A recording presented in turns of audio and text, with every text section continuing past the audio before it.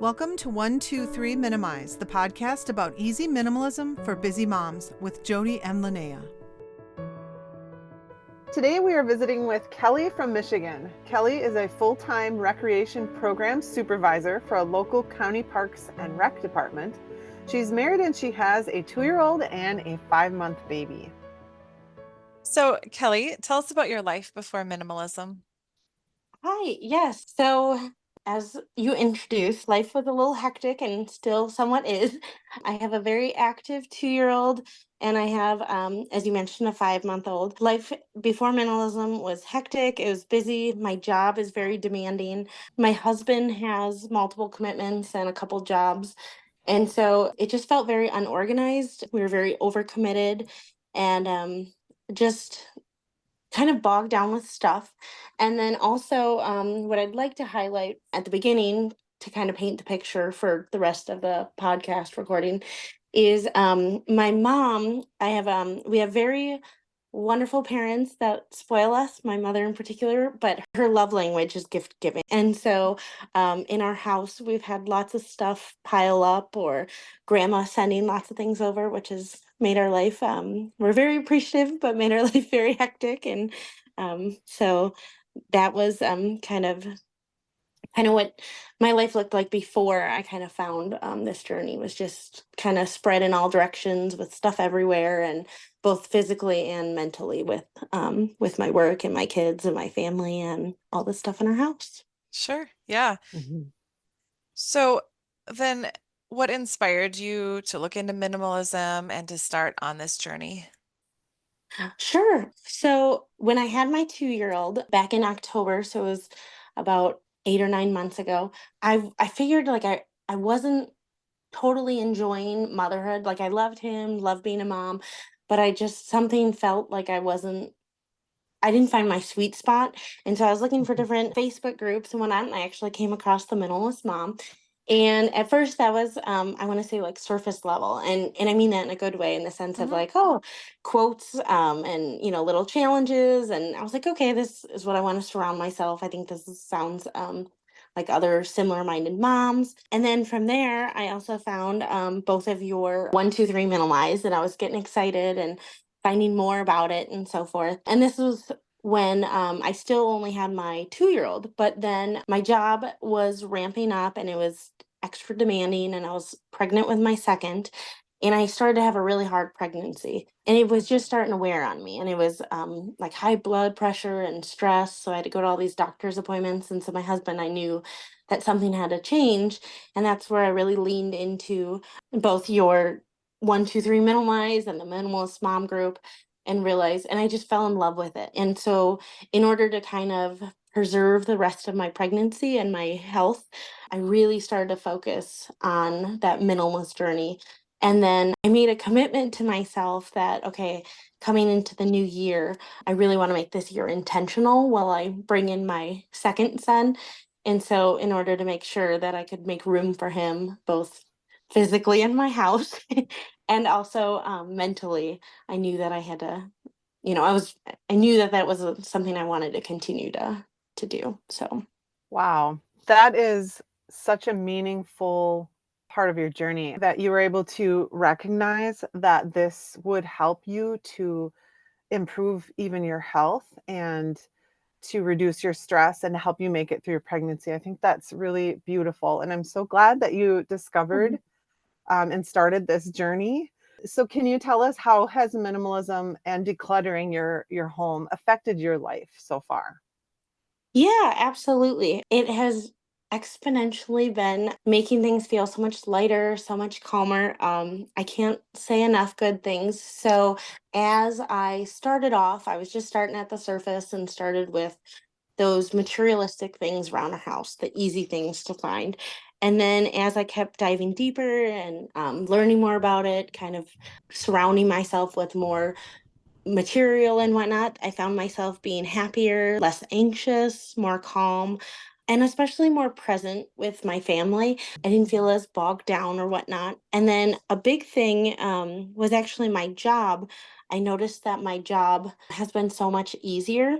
So I am a supervisor, and just to put into perspective, I supervise lots of young adults from the age of 16 to like 25, almost 30. Sometimes I can have upwards of 50 staff, and there's a lot of things going on at one time. And so through minimalism, it has even helped my job as I've like streamlined my job, which kind of decreased my stress mode. And I actually enjoy my job again, which I always loved, but it was just kind of making everything feel lighter and less frantic and more systems in place. And so then what started with those physical objects that I was minimalizing, I started minimalizing my systems around the house, meal planning, different organizations that again just kept working towards that calmer lifestyle and feeling lighter. Yeah, it's so interesting how time after time people will say that they start getting rid of stuff in their home, which is relatively easy. It's like a physical task, right? It's not Mhm. easy, but compared to more abstract ideas of minimalism, it's something that you can just physically do, right? Yep. And then it pours into every area of their life. Like you said, finances, their job, things they put on their calendar, all of that. And they find so much benefit from it when it really did start with getting the clutter out of your house. For Mhm. sure. Absolutely. Yeah. Absolutely. Okay, so you started with the big group. You found the big group, Minimalist Mom, that we have, right? And then you found like the 1, 2, 3 minimize stuff. What was the thing that made you join the event? So we have that 28-day really focused event separately. What made you decide to jump into that additional level of this journey? Yeah, I was very excited about the event. I had a lot of good momentum going when I started and whatnot. And then I kind of feel like on my own, I scratched at the surface, if you will. And so I made all the easy decisions around the house, all the things that didn't serve me. But then I was really looking forward to the event to hopefully dive in further and be pushed along further, which is exactly what it did. And I wanted that accountability. And I was hoping when I signed up, thinking, okay, if I got rid of a percentage, a small, let's say 25% of the things that I'd like to get out of my house, I really was looking forward to that event to kind of push me to the next level. So then that way I could be challenged for those 28 days. And I was excited about the Facebook support group. That was huge. I loved that. And everybody that we would share comments and like and whatnot. And so I was really excited to look into that like personal Facebook group. So then that way, alongside and kind of learn and grow from each other, which it did exactly that. So after joining the spring declutter event, I ended up decluttering 342 items, which I was so proud of. Wow. And and I was also embarrassed because I was like, it was so easy to find. I was like, Mhm. why am I keeping 342 items? But that was eye opening. So that just shows like how worth it was. And anytime that each of you would have that event again, I hope to be able to do it again. So I was like, if I can hopefully get another even 150 items, that would be awesome. But if that tells you anything, so over those 28 days, it really launched me to kind of get to the next step with those, with with more of that. So Mhm.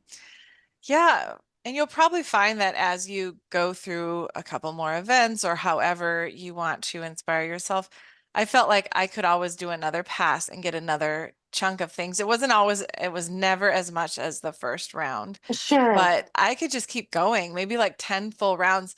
Not that you have so much stuff you don't need, but you start to realize like, what do I really need? Or what did I think I just needed? What did I hold on the first round? Because I'm like, well, I know for sure these 10 things in this area need to go, but I'm not sure about these things. And then the next time you come around, you have more clarity.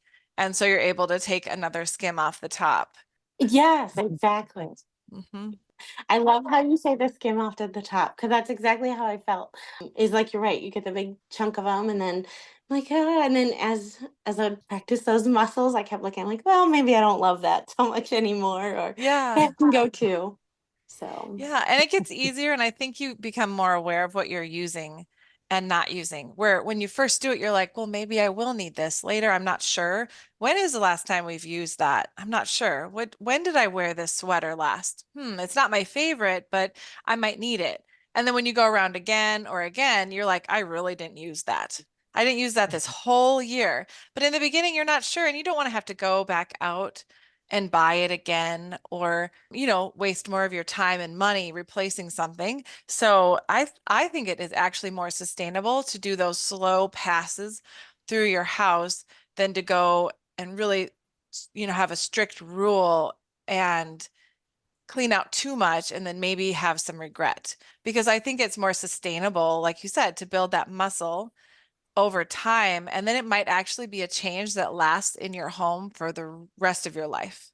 Yeah. Wow.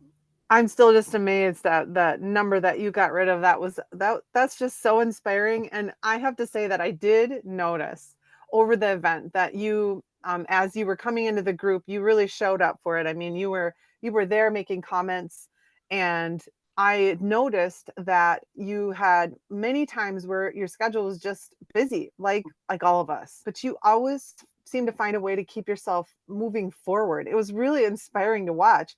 And you actually shared with us that you had a little game you played with yourself. Can you share that with us? Yes, yes, absolutely. And thank you for that kind words. Because there were some days where I was just beating myself up and I'm like, oh my gosh, how am I gonna fit time to do this? Or, Mm, if I skip 2 days or whatnot. So as I mentioned before, I do have a very hectic life with very littles and a very demanding job. And so I try to give myself grace, and I try to mhm, focus on a couple things. One of them being anything is better than nothing. And I mhm, told myself, even if I were to do one item a day for 30 or mhm, 28 days, that would mhm, still be 28 items. Or if I did 2 items a day, that would be, I did the math for 60 because in my head I was thinking there's 30 days. So even 60 items. So with that mindset, I started finding items in increments of five to just give me little nudges when I really wasn't feeling motivated or productive. And I said, okay, can I go around my house and find 5 items? And then sure enough, I would find five. And then as mhm. I'm walking through the house, I would find a sixth item. And I was like, well, I can't leave on an odd number now. So I'd have to round it up to 10. And it was like the best, worst thing, because then I'd get up to 10 and I'd find that 11th. And I'm like, oh my gosh, I can't just have 11 items tonight. And next thing you know, I would go in increments of 15, 20, and 25. And Wow. it was really incredible how much I would add up. And so I wanted to tally how many items I found for the event, just for my own personal sake. I was like, this is, I'm going to commit to it from the beginning and see. And so the way I counted it was any item, an item was an item, big or small. So whether it was, a fork, which I didn't really do a lot of silverware, or if it was like a dresser, which I got rid of a whole dresser. But yeah, and so I would do increments of 5 and 10 and 15. And that would help me just push a little bit further. And so then when I would get, I think one night I got up to like 35 items and I was like, okay, I need to go to bed. I was like, I hit 35 items and I wasn't even get anything that night.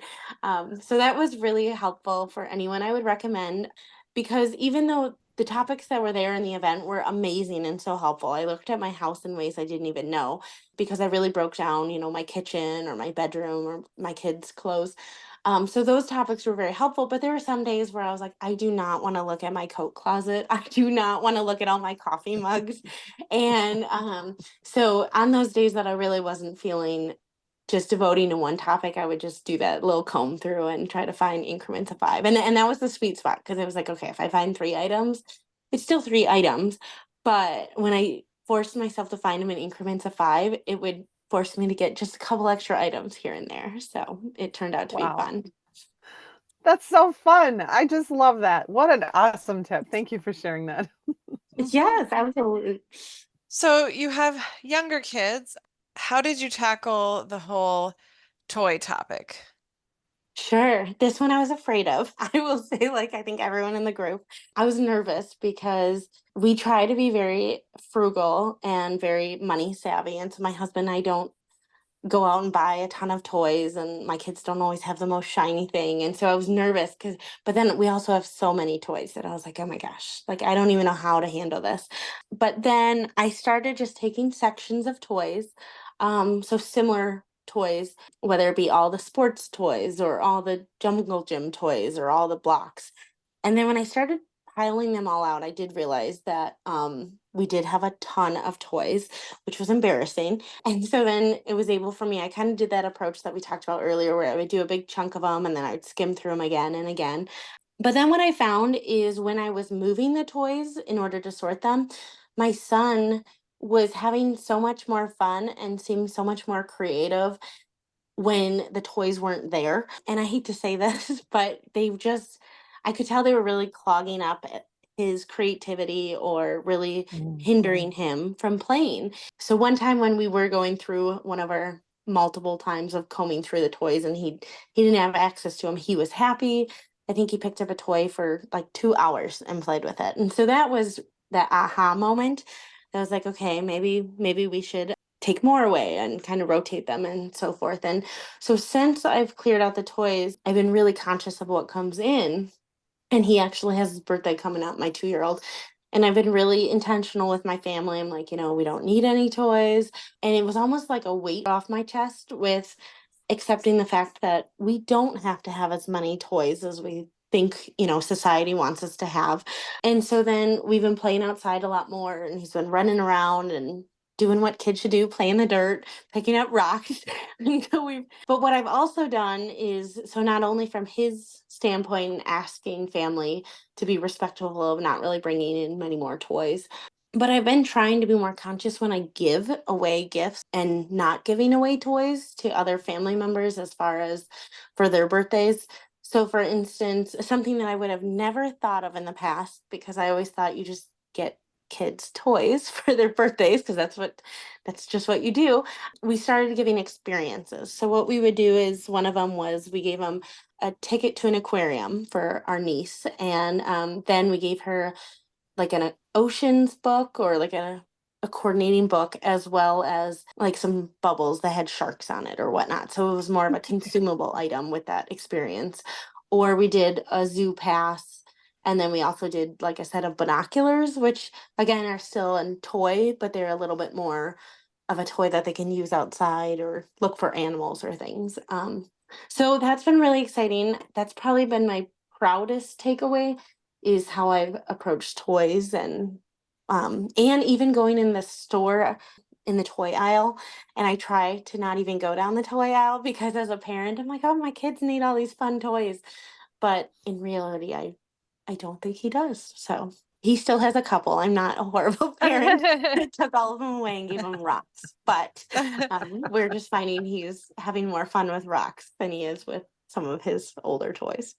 Yeah, absolutely. And like you said, it helps them to be more creative. It's crazy how that works. When there's so many toys, I can relate completely to what you're saying. Sometimes we had so many toys that, because it would be given as gifts a lot from family Mm-hmm. members and friends. And so it's just this constant coming in of toys, right? And then you don't want to get rid of anything. And they just want to play with them. They take them out, dump them all over, step on them, things would get broken. And they would get bored actually. And when we had less, they would play with them more and they would find ways to be creative with their play. And it was such a shock to me. So I completely agree. Yeah. Kelley, I love the story that you shared with us during the event about some hobby supplies that you had been hanging on to for 15 years. Would you please share your experience on that topic to help other moms who are struggling with that? Yes, absolutely. So what you're referring to is a sewing machine, and which was one of them, but I actually had a couple hobbies, and I used to be into sewing about 15 years ago. I had this clunky old sewing machine, all of the support tools, cutters, fabric. I think I had bins of fabric.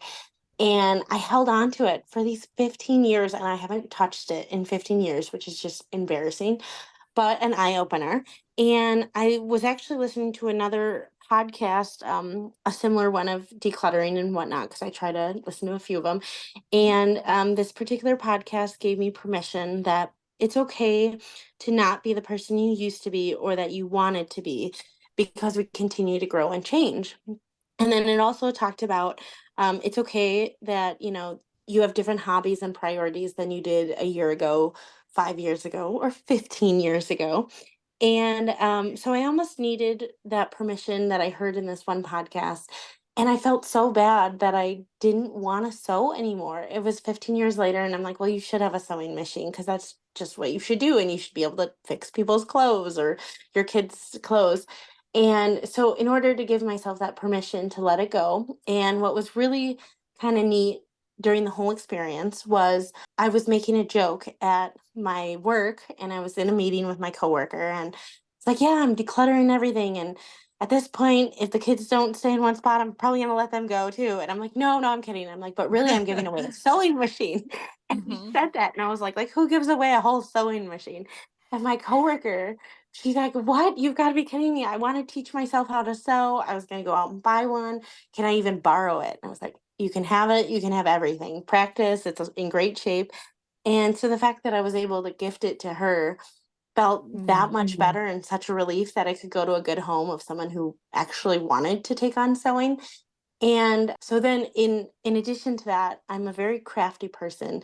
And before minimalism, I used to love all craft supplies, paints, pencils, scrapbooking, photos, hands-on stuff, whatever. And then I realized they weren't really serving me as a mom of two littles who doesn't have much time to do all of that. So I've saved a couple of my favorite craft activities and made sure that I kept those really nice equipment that I use. So then that way, when I do have a break for my kids, I can only focus on those 2 or 3 crafty projects. And then I was able to gift away the rest, which was really cool.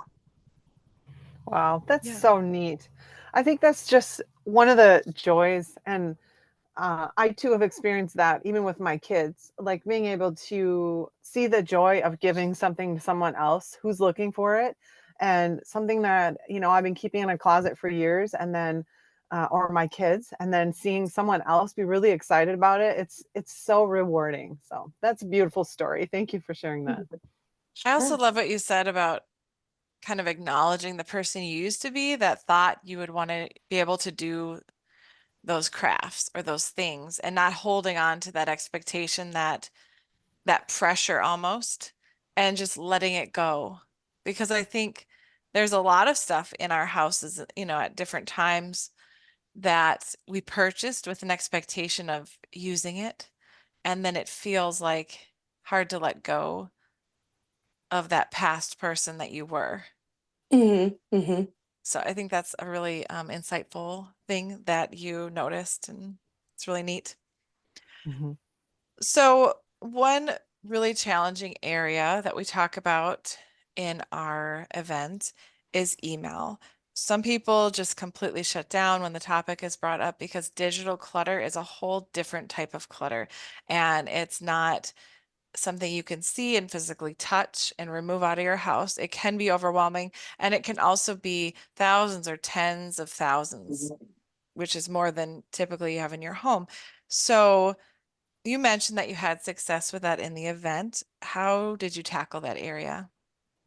Yes, this one has been weighing on me for years, and I didn't know that digital clutter was a thing until when I started following your podcast. And I'm like, you're right, it is clutter and it's weighing me down. So, to put into perspective for everyone, which I'm not proud of this, but I had 26,000 emails between 3 email accounts combined. But to be fair, I think I abandoned 1 or 2 emails, and then I was subscribed, and I just kept getting these emails. I'm like, I don't want to even deal with that. What I ended up doing was I did some research to try to figure out how to get rid of your email clutter. And the biggest thing that I did, it took a while, but it was very successful and made good progress, was I would search in my email for a company that I didn't shop at anymore. And I would start very easy of a company that I knew that I used to follow all the time. And one of them that I think of is like, let's say Bed Bath and Beyond, because they don't have any more stores anymore. So for instance, Mhm. I don't really shop there anymore. Or I used to live in a different state, and there were some restaurants or some rewards programs that I belong to at different stores from that past state. And so I would just search that one word, and then I would mass delete all those items from that one particular store. And then I would pick another store, another restaurant. And so what I would do is I would delete them in batches. It did take a long time because I had 26,000, again, between those two abandoned email accounts. And I ended up finding these hidden emails because I would only look at the ones that were coming in off the first batch. I kind of ignored the rest.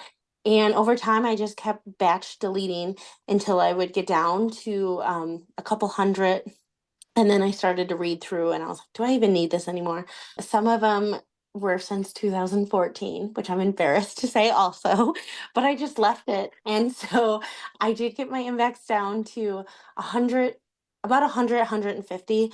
And there are some that it kind of ebb and flows where sometimes it'll be down to 40 but I try not to get past 150. And I think that it strides between my 26,000. So Yeah, that is amazing. Amazing and inspiring. I hope that other people hear this and feel, empowered to crack into their emails. I would unsubscribe as well. I should say that. Right. So before I Mhm. delete all of them, I would unsubscribe and then I would delete all of them so that way they don't come back.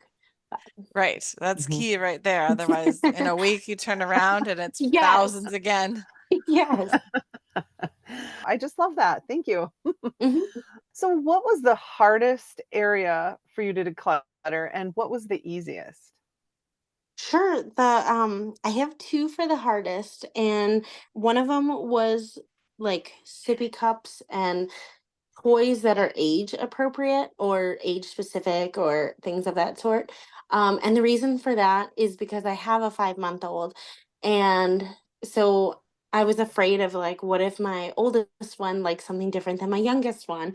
And so anything that was, again, what if he doesn't use that sippy cup or what if he doesn't like that bottle? And then we're also, we think we're done with kids, but there's that like, well, what if we're going to have someone else, another one? I should say. So from that was probably the hardest for me, just to give myself a little bit of grace, knowing that I do have a 5-month-old coming up behind my 2-year-old. And so he might like different things. So there's a few things I'm holding on to just because I don't know what he'll like as he grows into the different phases. But I also tried to trim some of that fat as well. Of like, you know what, I don't like some of these in general, or we don't need 10 sippy cups, what society tells you you need. And so some of that. And then the other thing that I still struggle with, and I will be totally honest with, is dresses. I'm not someone who dresses up often, especially being in parks and recreation. And so I have a select amount of dresses. I have a hard time getting rid of those, even though I have a decent amount, because if there's different special occasions, or if you want to wear one in the summer or the winter, or you need one for a funeral or a wedding, or different sizes that you're in. And so I've also just kind of picked a few dresses that I don't love, but then other than that, right now I've accepted that I'm just gonna keep most of my dresses because again, life throws you curveballs and you never know when you have to dress up. That was another one of those scarcity things of like I don't know what I'll need later. So yeah, those were my two hardest. And then my easiest would probably be like the entertainment things, which I didn't think would be as far as like having people over. Because when we got married, I thought we would be having all these nice dinner parties and serving dishes. And I have two kids, and I realized that we will not be having anything of expensive value around for a while, which is okay. So it was easy for me to accept that this is not where we're at right now, and we're not big entertainers, or if we are, we're maybe paper plates and very casual. So, hmm Yeah, and just being real about everything. But also, like you said about the hard things, it's okay to have those like, I'm gonna keep this dress for the next pass. I'll see if I use it in a certain amount mhm, of time. And that's okay too, because I think when you get into the put stuff in the bin to get rid of it and then go dig it back out, it kind of creates more of this unsure if you're making the right decisions or not. And if you go mhm, slow, then you kind of become confident that you're going to have something out of your house. You're never ever going to think about it again. So you're really confident with the decisions and they get so much quicker. absolutely. So you mentioned that you were married. How did you, or is your significant other on board? And if they are, how did you get them on board? And if they're not, how's that working out for you in your home? So I'm married with my husband, and we've been together for about 10 years, and ever since the beginning he hasn't been one who likes stuff. So he's not one for clutter. He's all about experiences and adventures. So for me it was a blessing that he was on board from the very beginning, and he's been very excited and very supportive, which has been great. And so we had one thing I wanted to point out about be having my spouse, my husband on board, is it's helped us together almost dream more and kind of think, okay, now we got rid of this, and okay, what else can we get rid of? Or we've been kind of using it to dream for our future. So, like Linnea living in an RV, in our Mhm. one of our retirement plans is we want to live on a boat for a couple Wow. years or whatnot. And so, similar concept. And so, we always focus our goals around, okay, what would that look like to get our boat? What does our boat look like? And so the more that we would clear up, the more we would say, okay, well, we can't take this on our boat I mean, we could have a storage unit, but it does help the process.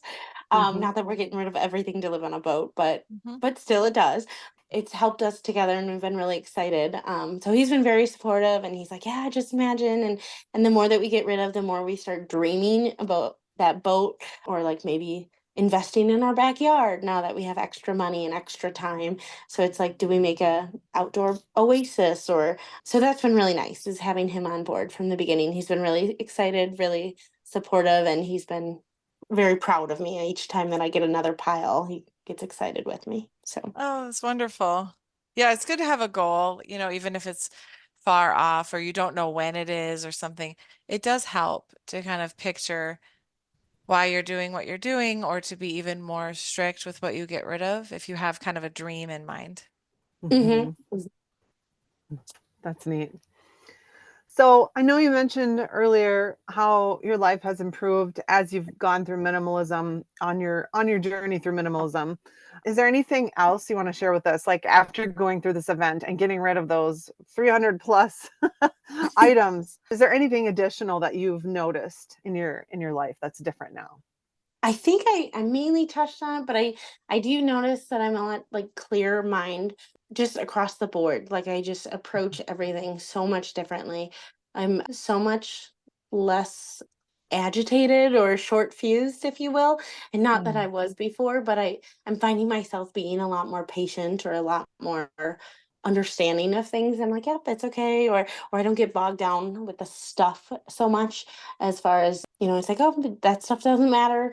That's not necessarily the bigger picture stuff. And yeah, just really proud of the systems that have kind of developed that I've been able to put in place, just to juggle that work life balance since then has been really, really satisfying to start seeing and feeling those results and then that way I can show up more with my kids and my husband because I'm feeling so much calmer and more present. mm, that's nice. Yeah. Yeah, there are some really wonderful benefits to all of this. And just that being calmer and more present with your family, I feel like is a huge reason why people do this in the first place. So after going through the 28-day event and making these big changes in your life, what would you say to somebody who is on the fence? They're not sure if they really want to commit to getting started or not. Yeah, I would say even if you start small and if you start today, then your future self will thank you. And we're only here on this earth so long. And so you want to be able to enjoy it. And so if they're on the fence, I see start today. Don't wait for tomorrow or next year or next month, 3 years from now. And, baby steps are still baby steps in the right direction. Even if you only do 5 or 10 items for the whole month, that's still 10 items that you don't have to worry about and manage. And so to give yourself that gift of that, and just to start, even if it's in one corner or one little spot, and if that's all you do for that season. The other thing I was going to stress to that point is there's always going to be like hard seasons and busy seasons in life, and I'd like to think I'm in one of the busier ones. Hmm. But that with that said, there's always time to invest in yourself and your household and your family. And so if you could take it from that perspective to start that, then, you are investing in, it's a form of self-care that you're investing in yourself and your family. And so to just take a little extra time now to do that, and to give yourself that opportunity to get rid of some things and declutter some of the things weighing you down. Is there anything else that you'd like to share with us about your minimalism journey?